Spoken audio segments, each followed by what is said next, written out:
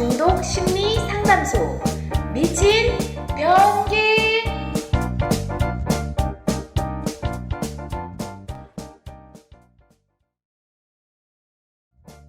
안녕하세요. 오늘은 미변 상담소 세 번째 시간입니다.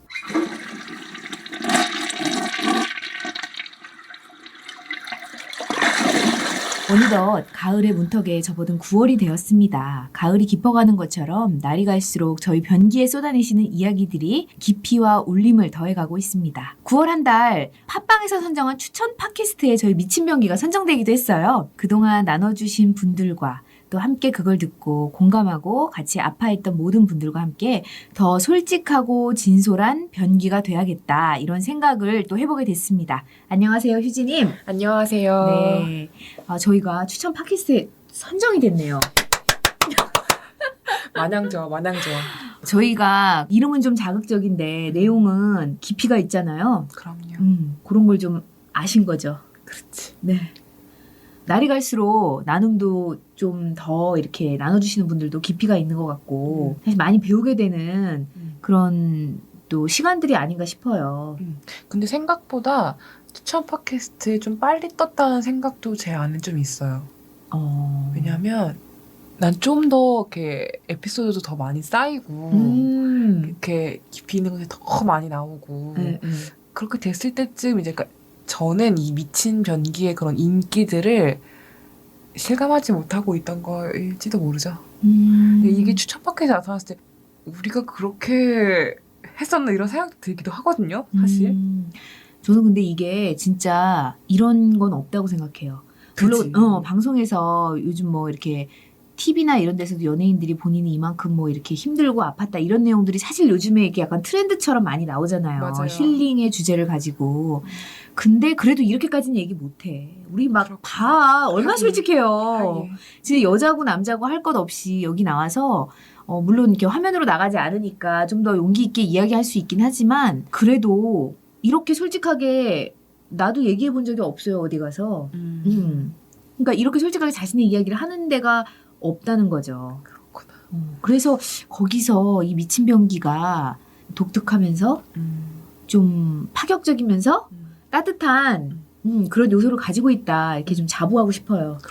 그렇구나. 좋다. 좋다. 저도 수많은 TV와 라디오를 섭렵하면서 살았거든요. 참 관심 많아. 너무 관심 많아가지고 많이 봤는데 이렇게 진솔한 데는 없어. 없어. 그렇구나. 쭉 가면 돼요, 이렇게. 그럼 네. 다행이다. 네, 잘하고 이렇게 해서 있다. 같이 더 많은 이야기를 나눌 수 있는 미친 변기가 되었으면 좋겠습니다. 네. 오늘은 미변 상담소 세 번째 시간입니다. 미변 상담소는 서울 중독심리연구소 김영근 소장님을 모시고 그동안 녹음했던 내용들 그리고 청취자분들의 질문을 함께 나누는 시간입니다. 안녕하세요. 안녕하세요. 그동안 저희 미친 변기에서 성중독 그리고 외도에 대한 이야기들을 나눴는데 그 어느 때보다 솔직하게 좀 나누기 힘든 이야기들을 게스트분들께서 용기 있게 나눠주신 것 같습니다. 네. 아무래도 이렇게 나와서 이야기를 용기 있게 나누는 것 자체가 예. 또 삶에 많은 도움이 되겠죠? 그렇죠. 힘이 되고 또 뭐 얘기하면서 또 자기 자신의 삶을 되돌아보면서 네. 자기 자신감도 또 생길 수 있고 자기가 이제 한 발 한 발 회복된 모습들을 보면서 또 성취감도 생길 수 있고요. 네. 도움이 되죠. 그렇군요. 그래서 그런지 처음에는 무슨 얘기를 해야 될지 모르겠다 이러고 시작을 하시는데 2시간, 3시간 점점점 길어지더라고요. 예. 최근 들어서 네. 정말 이게 너무너무 길어지고 얘기가 해도 안 끝나는 거예요. 그만큼 우리 MC들이 잘 또 얘기를 들어주고 반응을 해주고 네. 뭐 이런 게 또 있지 않았을까요? 예. 그렇죠. 그렇죠. 감사합니다. 네. 그럼 우리 때문이구나. 우리 때문이지. 이야기를 할 때 정말 눈을 한시도 떼지 않거든요. 정말 한시도 떼지 않고 뚫어져라 바라보고 있어요. 근데 그 이야기에 빨려 들어가게 되는 것 같아요. 그래서 유대라 그럴까? 이 공간 안에 이야기를 나눌수록 더 끈끈해지면서 저도 그 이야기에 빨려 들어가고 또 나누시는 분들도 계속 해주시더라고요. 그렇죠. 그렇군요. 네. 성중독 편에서 토성님의 이야기를 들으면서 가장 인상적이었던 거는 어린 시절 엄마로부터 들었던 메시지. 여러 가지가 있었지만 그 중에서 너는 친구들을 만나고 다니지 말아라. 하나 도움이 안 된다. 이런 이야기들, 엄마로부터 계속됐던 비난들, 이런 걸 통해서 자신이 이렇게 메시지에 묶여가지고 친구도 만나지 않고 나는 칭찬받을 존재가 아니고 이런 거에 굉장히 갇혀서 오랜 시간 방 안에서 나오지 않았구나 이런 느낌을 받았어요. 우리들은 아무래도 어머니로부터 받은 양육 환경, 메시지 이런 것에 참 많이 영향을 받게 되는 것 같은데 어떠세요? 그렇죠. 영향을 받는 이유가 애가 엄마를 너무 사랑해서 그래요. 이렇게 사랑하면은 모든 걸 들어주고 싶은 마음이 인간의 마음인데 부모가 자녀를 많이 사랑한다고 일반적으로 그렇게 알고 있지만 심리적인 측면에서 보면 부모의 사랑 곱하기 10을 해야 자녀들이 부모를 그토록 사랑한다는 거죠. 그래서 부모의 말, 또 부모가 원하는 본심, 그런 것들을 들어주고 싶어 하고 또 자기가 평생을 바보처럼 살아도 부모에게 들었던 부정적이든 긍정적이든 그 메시지대로 이제 따라 살려고 하죠. 하는데 그게 정상적인 건강한 삶의 모습이 아니니까 거기서 계속 걸림돌이 생기고 또 억울함이 생기고 내가 이렇게 하지 않아도 되는데 이런 생각 가운데 갈등들을 겪는 거죠. 또 할 수밖에 없고. 그래서 따지고 보면 이제 자녀들이 부모를 더 사랑하기 때문에 발생하는 현상이다. 그래서 부모가 취약하거나 부모가 병이 있다거나 또는 부부 중에 한쪽, 뭐 엄마나 아빠나 어느 쪽이 가해자가 되고 피해자가 된다거나 이런 모습을 보고 자라온 이제 자녀들은 그 해당 부모를 보살피고 보호해 주려고 하는 역기능적인 이제 마음이 생기는 거죠. 자녀는 보살핌을 받아야 되지 어린 시절에 부모를 걱정하면 안 돼요. 그러니까 걱정한다는 그 자체가 이미 외상이다. 이렇게 이제 얘기할 수 있는 거죠. 착한 애, 뭐 효자 이게 아니라 이미 그게 상처였다. 그렇군요. 아, 정말 토성님 같은 경우도 어머니가 우울증이 이제 있었다 이런 얘기를 하면서 굉장히 보호받지 못했지만 모르고 살으셨다 그러더라고요. 그러니까 치료를 받기 전에는 어머니가 나한테 그렇게 했다는 거를 인정할 수가 없는 거죠. 엄마를 보호해줘야 된다는 그런 마음도 있었을 그렇죠. 것 같아서. 네, 그래요. 그러니까 부모한테 상처받은 사람들 중에 부모가 취약함을 갖고 있다. 이러면 부모가 나한테 잘못했어요라고 하는 말을 못해요. 네. 왜냐하면 잘못했다고 하는 게 부모를 공격한다는 느낌을 주거든. 근데 자기가 보호해야 된다는 그 느낌 때문에 분명히 자기가 당연히 사랑받아야 할 그리고 자녀로서 받아야 할 어떤 돌봄이라든지 이런 게 부족하고 없었음에도 불구하고 나는 괜찮았다. 이제 이런 식으로 자기는 이제 아픔, 자기의 상처를 사실 덮으려고 하는 거죠. 부모를 위해서. 부모를 보호하기 위해서. 그 또 자기 상처를 자기가 덮어버리니까 얼마나 또 고통스럽겠어요. 그러니까 어른이 돼서도 자녀들은 부모를 사랑하는 마음에 이제 덮는 거죠. 근데 그런 거를 부모들이 잘 몰라요. 말썽만 피고 살았다고 표면적으로 드러나는 어린아이 모습만 얘기하지 그 어린아이 모습 속에서 그 마음, 부모를 간절히 바라고 사랑하는 그 마음을 부모들이 잘 이해를 못하고 또 그 마음을 보지도 못하죠. 항상 그냥 내 짐이다. 나를 힘들게 한다. 말썽만 부린다. 뭐 이렇게 생각할 수도 있고 또 괜한 자기가 임신해서 가진 앤데도 불구하고 너 때문에 내가 이해 못했다고 그런 저주의 말 같은 것을 아이한테 던져놓는다거나 이제 이런 마음을 또 갖고 있는 거죠. 뭐 물론 부모님 딴에 어려운 인생과 고통은 있었겠지만 그건 이제 부모님 스스로가 헤쳐나가야 할 짐인데도 불구하고 그런 부분들을 자녀한테 넘긴다는 게 이제 문제가 있는 거죠. 자녀의 책임, 자녀의 탓, 본인들이 어떤 잘못을 저질렀던 아니면 사랑해서 결혼했던 결혼해서 낳은 자식이고 또 임신한 아이인데 괜한 트집을 잡는 거죠. 뱃속에서부터. 이제 그런 게 다 은연중에 이제 상처로 계속 남게 되는 거죠. 자녀들은. 내가 엄마의 행복을 붙잡았구나. 내가 임신하지 않았다면, 내가 엄마 뱃속에서 있지 않았다면. 근데 그 애가 결정할 상황이 아닌데도 그 상처가 있는 사람들은 부모가 또 그렇게 얘기하니까 네가 임신해서 아버지하고 이혼하지 못했다. 참 아이러니하죠. 이런 얘기들이. 네. 그동안 이렇게 그 게스트분들이 나오셔서 항상 그 모든 공통적으로 양육 환경이 참 힘들고 받아야 될 그런 적당한 양육을 받지 못했다 이런 게 공통적으로 있었거든요. 그래서 해주신 말씀이 더 이제 이해가 좀 가는 것 같아요. 네. 네. 그래서 이제 내가 그 상처를 인정하기 시작하면 이제는 성인이 됐기 때문에 스스로 그러니까 물론 상처를 받았지만 회복하는 거는 본인의 의지에 달려 있지 않을까. 본인의 의지라고 얘기할 수는 있는데요. 그 의지를 강조하면 안 되고 왜냐하면 이 중독은 의지가 없는 병이니까. 그렇구나. 예, 그 의지를 막 강조하면 안 돼요. 결국은 이게 내가 해야 될 몫이구나. 네. 이 부분을 이제 나의 것으로 이제 가져오는 태도가 이제 필요한 거죠. 그러니까 의지를 불태우는 것보다는 나의 불태울 수가 없죠. 태울 의지가 없으니까. 그렇구나. 저렇게 자꾸 불태우고 싶을까요? 그랬군요. 그 외도를 다룰 때는 후배님께서 이제 아버지의 외도를 보고 자랐는데 본인도 똑같이 이제 외도를 했다는 고백을 나와서 해주셨어요. 참 아이러니하게 원하지 않고 아버지를 미워했는데도 그런 것들이 대물림이 되는 게 참 본인도 가슴이 아프고 참 그 경험이라는 게 또 이제 학습이 된다 이렇게 얘기하죠. 그게 이제 무의식적으로는 아버지 역할이 저런 거구나.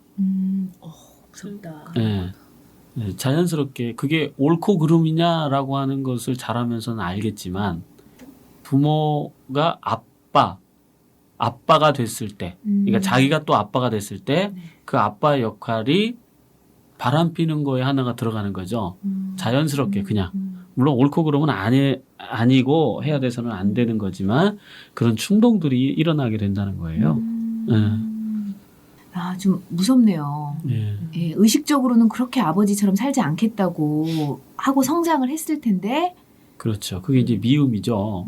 그러니까 미움도 하나의 그 에너지가 그 관심이죠.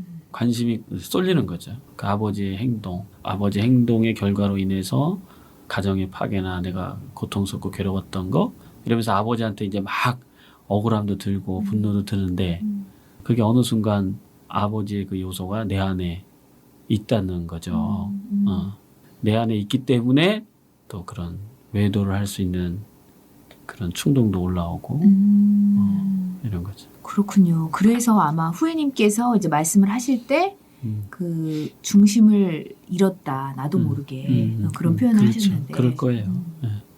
어느 순간에 어떤 그 충동 이런 부분들이 마음의 평정을 깨트리죠. 그리고 또 자연스럽게 아버지가 외도했으니까 나도 외도했다라고 하는 큰 사건만 볼 건 아니고 아버지의 태도, 이 잔잔한 생활 속에서 태도, 예를 들어서 어머니를 존중하지 않고 괴롭히는 태도들이 이미 갖고 있고 실행에 옮겨진 거죠. 그렇게 옮겨지면서 당연히 부부간에 불화가 있겠죠.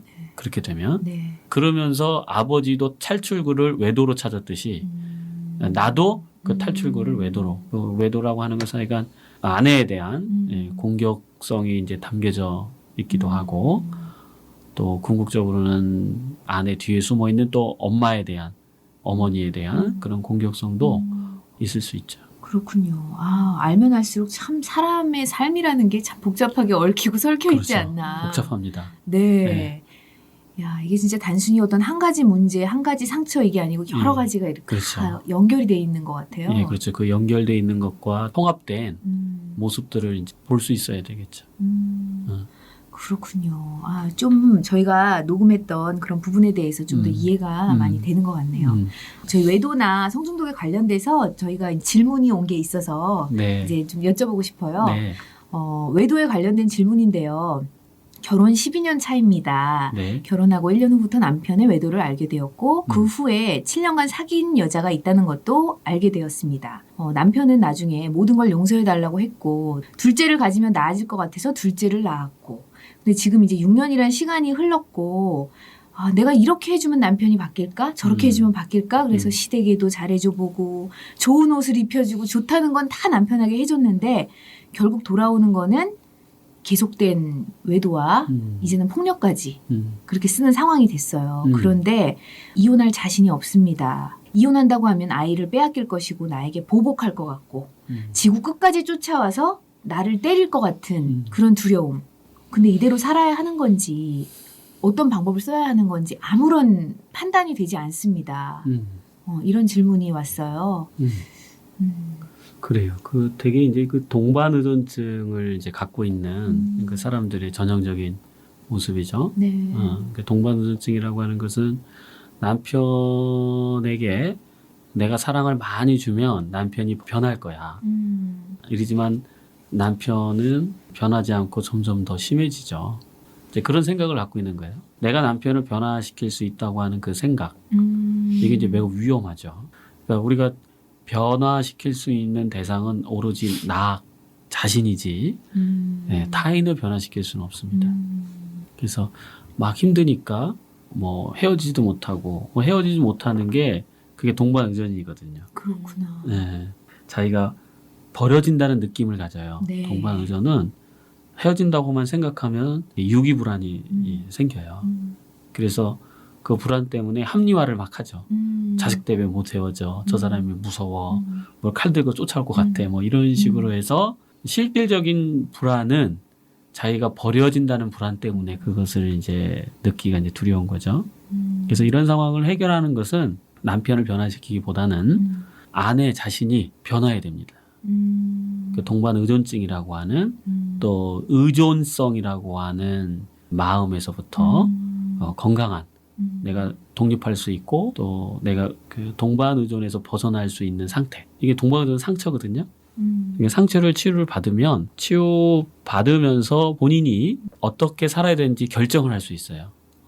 그리고 남편하고 어떤 관계적 태도를 맺어야 될지 매뉴얼이 잡혀요. 스스로가. 그리고 또 이렇게 아내가 변하면서 이제 남편도 어떤 변할 수밖에 없는 관계성을 맺게 되죠. 그래서 나중에 치료가 다 된 다음에 계속 편도 서서히 변화되는 어떤 환경 속에서 함께 행복을 찾을 수 있고 또는 남편의 그 병리성이 너무 강해서 아내가 변함에도 불구하고 남편이 안 변할 수도 있거든요. 네.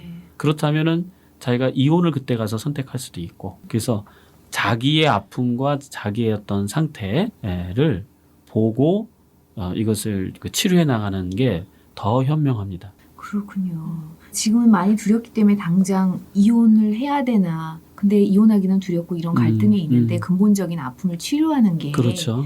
네, 먼저 돼야 되겠네요. 네. 그다음은 이제 성중독에 관련된 질문이에요. 저는 겉으로 보기에는 너무 착하다는 말을 많이 듣습니다. 웬만하면 싫은 내색을 거의 안 하고 남들의 부탁을 들어주는 편입니다. 그런데 실제 저의 삶은 남들이 보는 것과 너무나 다릅니다. 일에 집중이 안 될 정도로 3일이 멀다 하고 업소에 가서 성관계를 갖고 결혼할 나이도 지났는데 계속 이런 삶을 살고 있는 저를 보면 더 자괴감이 들고 이런 나의 모습을 남들이 알게 되면 나의 삶은 끝장이라는 생각이 듭니다. 그렇죠. 그런데도 조금만 스트레스를 받으면 업소에 가고 있는 저를 발견하면 나는 인간도 아닌 것 같습니다. 어떻게 해야 될까요? 치료 받아야죠. 그렇죠. 이거 좀 토성님 이야기를 들으면 될 것 같네요. 네, 그렇죠. 보통 이제 그런 중독자들이 그리고 또 성중독자들이 다 착해요. 순하고 외부로 보여지는 네. 자기의 모습은 너무 착해서 탈이지 뭐.